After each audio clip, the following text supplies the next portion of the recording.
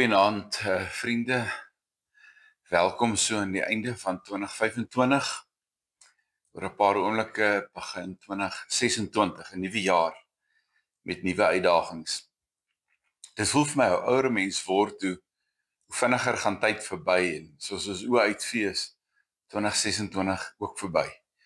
En so aan die einde van die jaar is dit baie goed vir ons om terug te dink oor die jaar wat verby is en vir onsself af te vra, wat was vir my goed van 2025 en wat was vir my sleg van 2025?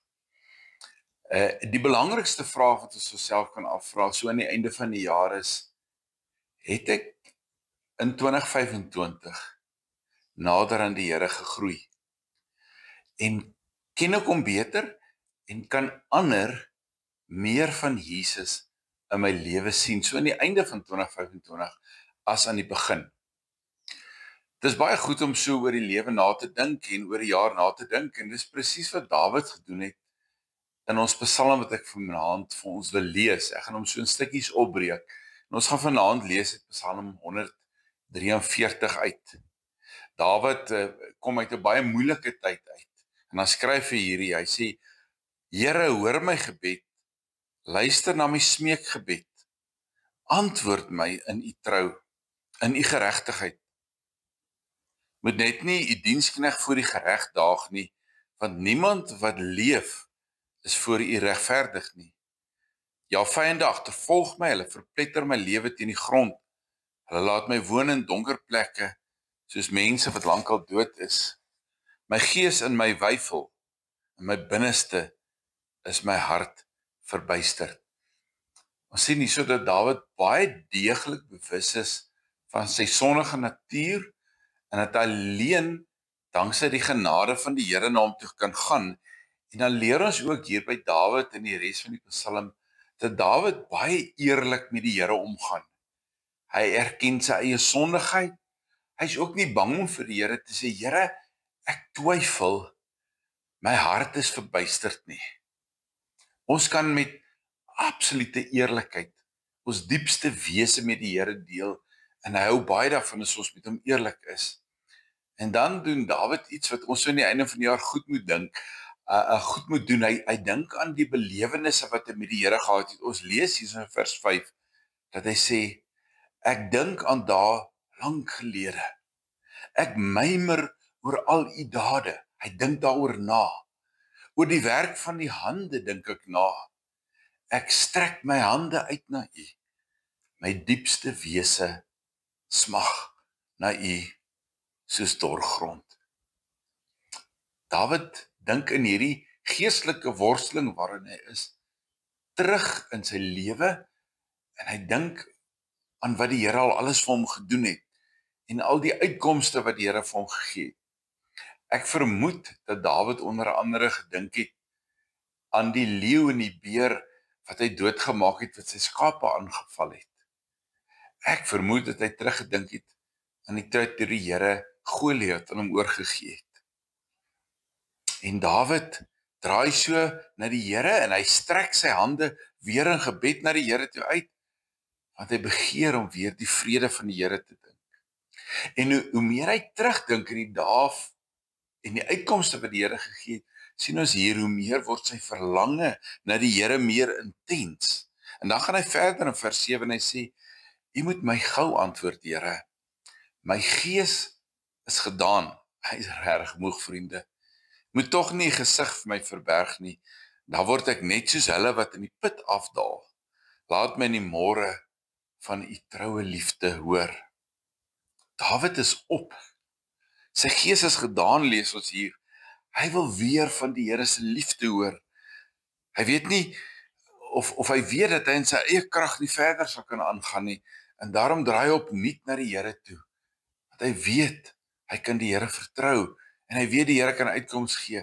En dan sê dit ook hier, so hy sê, ek doen dit, Here, want op u vertrou ek. Vriende, daar's niks wat die Here meer behaag, as wanneer ons vertrou in hom plaas. Ons lees daar van Psalm 147 vers 11 ook, waar ons lees, die Here vind vreugde in hulle wat vir hom ontzag het, hulle wat vir hom vrees staan daar. Wat hulle hoop vestig op sy trouliefde. Hoor jy dit? Die Here vind behaag daarin. Dit maak hom gelukkig. Hy vind vreugde daarin wanneer mense hulle hoop op hom plaas. Ja, selfs wanneer jy in totale moedeloosheid op die punt is om jou geloof te verloor, as jy aan die einde van jouself is en jy draai na die Here toe en jy roep, dalk selfs in hooploosheid, Here help my, dan vind die Here vreugde daarin en dan sal hy vir ons help. Dawid gaan verder en hy vra vir die Here, hy sê in vers 8, wys my die pad wat ek moet loop. En dan sê hy, hoekom hy dit doen? Want na U is my verlange. Red my van my vyande. Hoekom? Here, na U vlug ek. Daar's nie vir my 'n ander uitkoms nie. Leer my om te doen wat vir U aanvaarbaar is, want U is my God, lees ons hier. Dawid vlug na die Here. Dawid verlang na die Here. Dawid bely dat die Here sy God is. Vriende, dis ons antwoord in ons soeke na die lewe, en die goed en die sleg van die lewe, dat ons altyd na die Here toe draai. En veral wanneer dit nie goed gaan nie.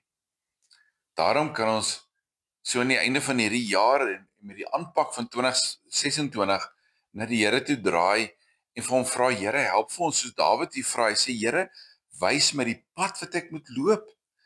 Dawid vra, leer my om te doen wat vir U aanvaarbaar is. En Dawid sê, lei my deur U goeie gees op gelyk grond.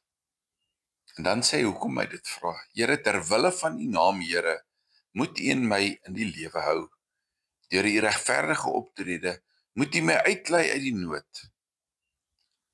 En in U trou liefde, moet U my vyande vernietig. Maak almal tot niet wat my lewe bedreig, want ek is U dienskneg. Kom vra Dawid hierdie dinge. Hy vra dit ter wille van die naam van die Here. Hy vra dit hier, lees ons, sodat die Here se naam deur sy lewe verheerlik sal word. Hy vra dit omdat hy die Here se dienskneg is. Niks is nie. Daar is om die Here te dien. So aan die einde van 25, kom ons kies opnuut om 26 aan te pak en onsself te herinner dat ons alleen na die Here toe kan draai, dankse die kruisdood en opstanding van Jesus. Kom ons kies opnuut om soos Dawid ons toevlug na die Here te neem, na hom toe te draai, na hom te roep. Kom ons dink doelbewus terug aan wat die Here in 2025 en selfs verder terug in ons lewe gedoen het en wat ons in die Bybel lees oor hom.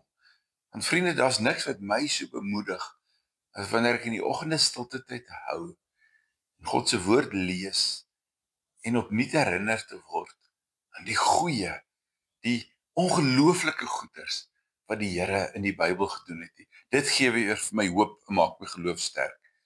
Kom ons bid saam met Dawid. Here, lei my op U pad. Wys my die pad waarop ek moet gaan in 2026.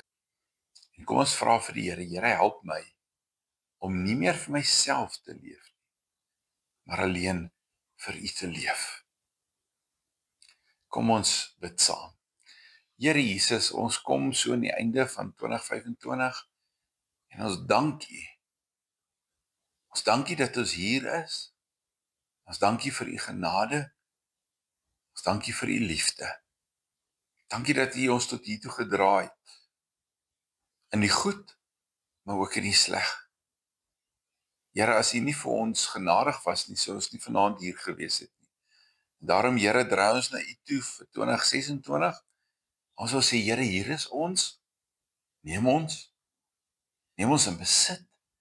Wees die Here van ons lewens. En help ons om hierdie jaar saam met U te leef. Dankie, Here, vir U genade en dat ons hierdie jaar met U genade kan aanpak. Dankie dat ons elke dag ons toevlug tot U kan neem. Dankie dat U behaag daarin vind as ons toevlug tot U neem. Dankie, Here, dat ons U woord het en lewensgeskiedenis het, waarna ons terug kan kyk en kan sien, die Here was nog altyd getrou. Here, help ons om 2026 so te leef, dat ons U sal verheerlik. Here, wys vir ons elke dag die pad waarop ons moet stap, U pad, sodat ons lewens lofoffers aan U sal wees. Dankie Here dat ek elkeen aan U kan opdra en kan vra seën hulle in die jare wat voorlê. Met U liefde, U goedheid, U genade, U oorvloed. Ons bid dit so in die wonderlike naam van Jesus, ons Here. Amen.